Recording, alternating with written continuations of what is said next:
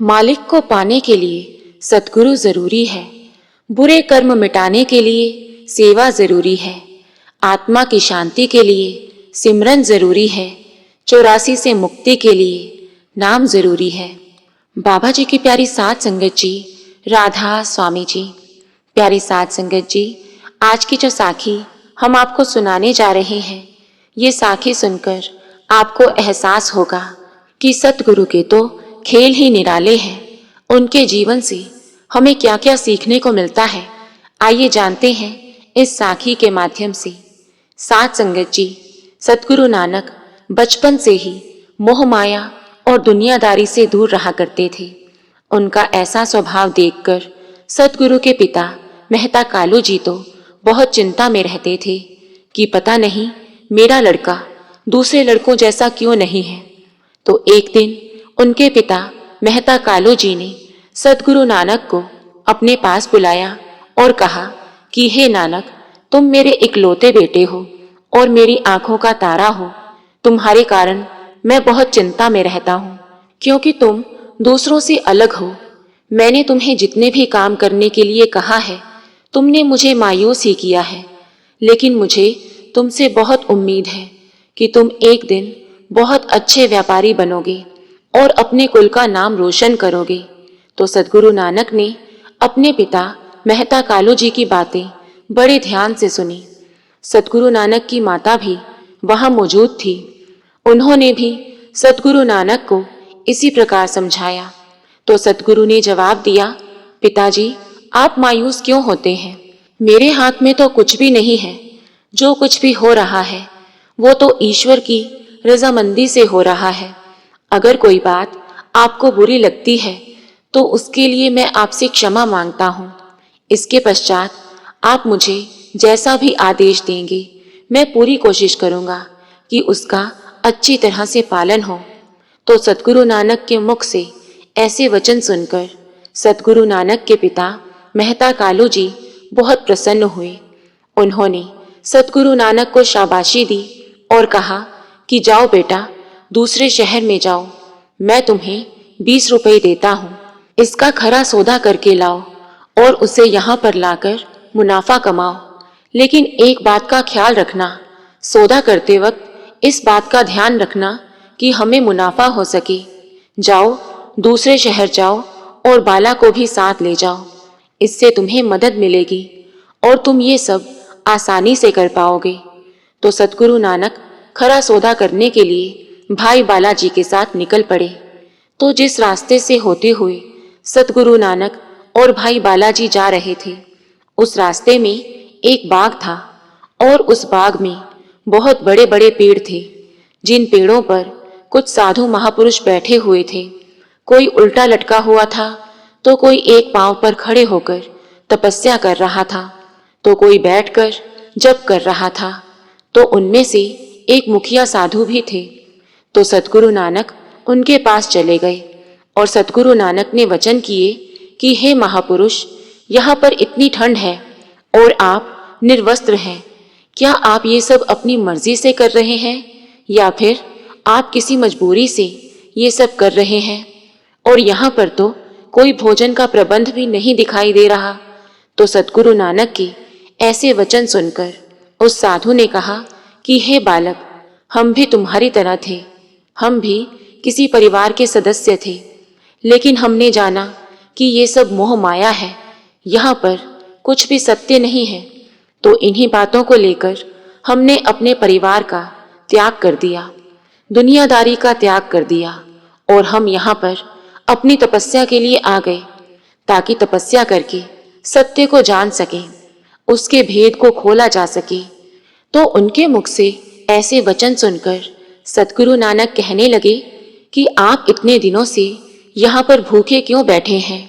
तो उन्होंने कहा कि हे प्रिय बालक, हम भिक्षा में लिया हुआ खाना नहीं खाते। हम केवल वही खाते हैं जो ईश्वर की तरफ से हमारे पास आता है।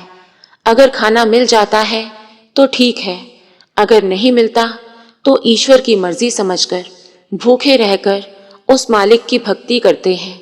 लेकिन हम मांगते नहीं हैं और आज हमारे भूखे रहने का 7वां दिन है। यदि ईश्वर की मर्जी होगी तो वो हमारे पास खाना भेज देगा। उनके ऐसे वचन सुनकर सतगुरु नानक का मोम जैसा दिल पिघल गया और सतगुरु विचार करने लगे कि ये 7 दिनों से भूखे हैं और ये किसी से भोजन मांगेंगे भी नहीं। क्यों ना किसी पास के गांव में जाकर इनके लिए भोजन का प्रबंध किया जाए ताकि इन्हें भोजन करवाया जा सके। तो सतगुरु नानक ने उन मुखिया साधु महापुरुष से कहा कि हे संत जी, अगर मैं आपके लिए भोजन लेकर आऊं तो क्या आप भोजन करेंगे? तो उन साधु महापुरुष ने कहा कि आप हमारी चिंता ना करें। ये सुनकर सतगुरु विचार करने लगे कि ये कितनी निष्ठा से परमात्मा में ध्यान लगाए बैठे हैं और 7 दिनों से भूखे हैं कि ईश्वर इनके लिए भोजन भेजेगा, तो मैं इन्हें भूखा छोड़कर कैसे जाऊं? मनुष्य की 4 सबसे बड़ी पीड़ाएं हैं। पहली पीड़ा अपनों से बिछुड़ना, दूसरी पीड़ा भूख, तीसरी पीड़ा बीमार शरीर और चौथी पीड़ा मौत का इंतजार। तो सतगुरु नानक ने अपनी जेब में से 20 रुपए निकालकर साधु महापुरुष के चरणों में रख दिए और कहा कि ये पैसे मुझे आज ही मिले हैं, कृपया आप इन्हें स्वीकार करें और भोजन ग्रहण करें। तो सतगुरु नानक के ऐसा करने पर साधु महापुरुष ने कहा कि अभी तुम बालक हो, लेकिन तुम्हारा दिल बहुत बड़ा है। तुम्हारे पिता ने अवश्य ही ये पैसे तुम्हें किसी और काम के लिए दिए होंगे। अगर तुमने ये पैसे हमें दे दिए तो तुम्हारे पिता तुम पर बहुत नाराज होंगे। तुम कष्ट मत उठाओ, ईश्वर हमारी रक्षा करेंगे।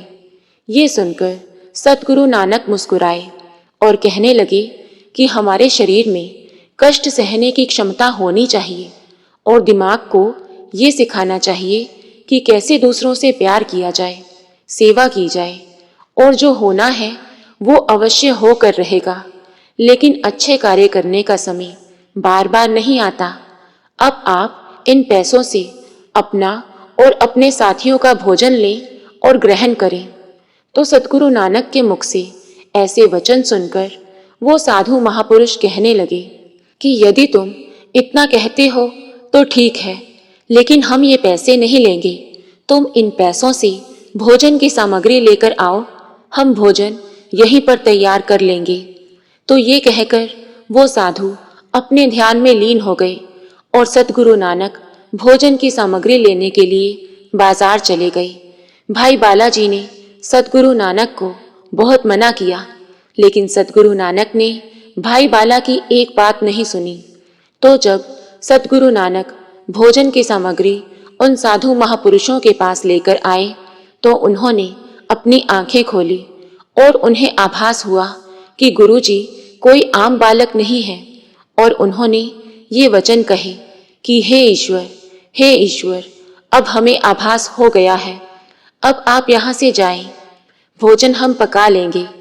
तो जब सतगुरु वहाँ से चले गए तो एक साधु ने मुखिया साधु से पूछा कि हे महाराज, ये बालक कितना नरम हृदय और संत स्वभाव का है, इसे तो हमारे साथ होना चाहिए। आपने उसे यहाँ से जाने के लिए क्यों कहा? तो उन्होंने इस प्रश्न का जवाब देते हुए कहा कि ये बालक गुरुओं का गुरु है। ईश्वर ने इसे लोगों के कष्ट दूर करने के लिए भेजा है। वो हमारे उद्धार के लिए नहीं, बल्कि दुनिया के उद्धार के लिए आया है। उधर दूसरी ओर तलवंडी जाते हुए भाई बालाजी को सतगुरु ने कहा कि बाला, अब हम पिताजी को क्या बताएं? पिताजी इस बात के लिए कभी राजी नहीं होंगे। जो हमने किया है वो एक खरा सौदा था। तो भाई बालाजी ने सतगुरु से कहा कि जो आपने किया इसमें मेरा कोई कसूर नहीं है। मैंने तो आपको रोका था, लेकिन आप मालिक हैं और मैं नौकर हूँ, इसलिए मैं आपको रोकने के सिवाय और कुछ नहीं कर सकता था। तो उसके बाद भाई बालाजी तो अपने घर की ओर चले गए, लेकिन सतगुरु नानक अपने पिता के डर से एक जंगल में चले गए। वे घर नहीं गए, एक जंगल में जाकर एक पेड़ के नीचे बैठ गए। रात भर उन्होंने वहीं विश्राम किया। उसके बाद जब सुबह हुई तो सतगुरु नानक के माता पिता को इस बात की खबर हुई कि बाला तो अपने घर आ चुका है, लेकिन उनके पुत्र नानक अभी तक घर नहीं लौटे। तो सतगुरु नानक के पिता सतगुरु नानक की माता को कहते हैं कि कल रात को बाला तो अपने घर आ गया है, लेकिन हमारा बेटा घर क्यों नहीं आया? नानक ने बाला को अपने साथ क्यों नहीं रखा? तो उसके बाद भाई बालाजी को वहां बुलाया गया और भाई बालाजी ने अपने साथ हुई पूरी घटना को बताया। तो सभी लोग गुरुजी को ढूंढने के लिए सूखे तालाब की ओर गए और वहां पर सतगुरु नानक ईश्वर के ध्यान में लीन हुए बैठे थे। तो सतगुरु नानक के पिता मेहता कालू जी ने उनका हाथ पकड़कर उन्हें खड़ा कर दिया और कहने लगे कि ओ नानक, तुम कोई भी काम ठीक से नहीं कर सकते। मुझे बताओ कि जो पैसे मैंने तुम्हें व्यापार करने के लिए दिए थे वो कहाँ हैं? जो पैसे मैंने तुम्हें खरा सौदा करने के लिए दिए थे वो कहाँ हैं? तो सतगुरु ने कहा कि उन पैसों का साधु महापुरुषों को भोजन कराकर मैंने खरा सौदा कर दिया है। तो सतगुरु नानक के पिता को इतना गुस्सा आया कि उन्होंने सतगुरु नानक पर हाथ उठा दिया। तो इसी दौरान राय भुल्ला को पूरी घटना का पता चला और उन्होंने कहा कि मेरे राज में ये क्या अनर्थ हो रहा है, एक दिव्य आत्मा पर इतना अत्याचार हो रहा है। तो राय भुल्ला ने सतगुरु नानक और उनके पिता को अपने पास बुलाया। राय भुल्ला ने सतगुरु नानक के पिता को कहा कि हे कालू, तुम बहुत निर्दयी हो। तुम्हें ये नहीं मालूम कि तुम्हारे घर एक संत पैदा हुआ है, तुम्हें ईश्वर का जरा भी डर नहीं है। उसके बाद मेहता कालू जी कहने लगे कि राय साहब, आप मेरे मालिक हैं, मैं आपसे बहस नहीं कर सकता। मैंने नानक को व्यापार करने के लिए पैसा दिया था ताकि वो खरा सौदा कर सके।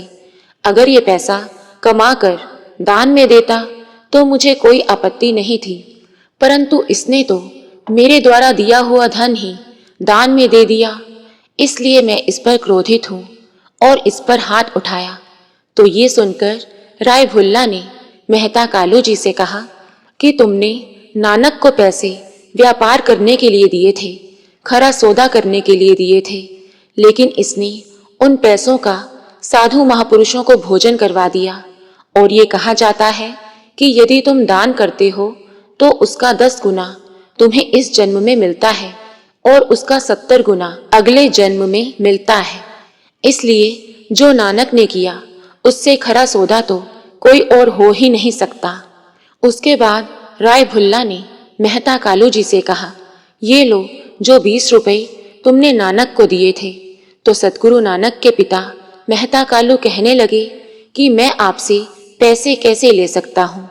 तो राय भुल्ला ने कहा, मैंने नानक से कर्ज लिया था, वही चुका रहा हूँ। तो मेहता कालू जी कहने लगे कि परंतु नानक ने तो कभी कमाया ही नहीं, तो आप उनसे कर्ज कैसे ले सकते हैं? तो राय भुल्ला ने कहा कि नानक तो ईश्वर का रूप है और मेरे पास जो कुछ भी है वो इन्हीं की देन है। तो इसके पश्चात सतगुरु नानक और मेहता कालू जी घर चले गए। तो साध संगत जी, ऐसे सतगुरु नानक ने अपने पिता द्वारा दिए गए 20 रुपयों का खरा सौदा कर लिया। तो साध संगत जी, हमें भी अगर किसी की सेवा करने का मौका मिले तो हमें कभी भी पीछे नहीं हटना चाहिए, बढ़ चढ़कर जरूरतमंदों की सेवा करनी चाहिए। तो साध संगत जी, अगर आपको रूहानी साखियाँ सुनना अच्छा लगता है तो कृपया हमारे चैनल को सब्सक्राइब करें जी। राधा स्वामी जी।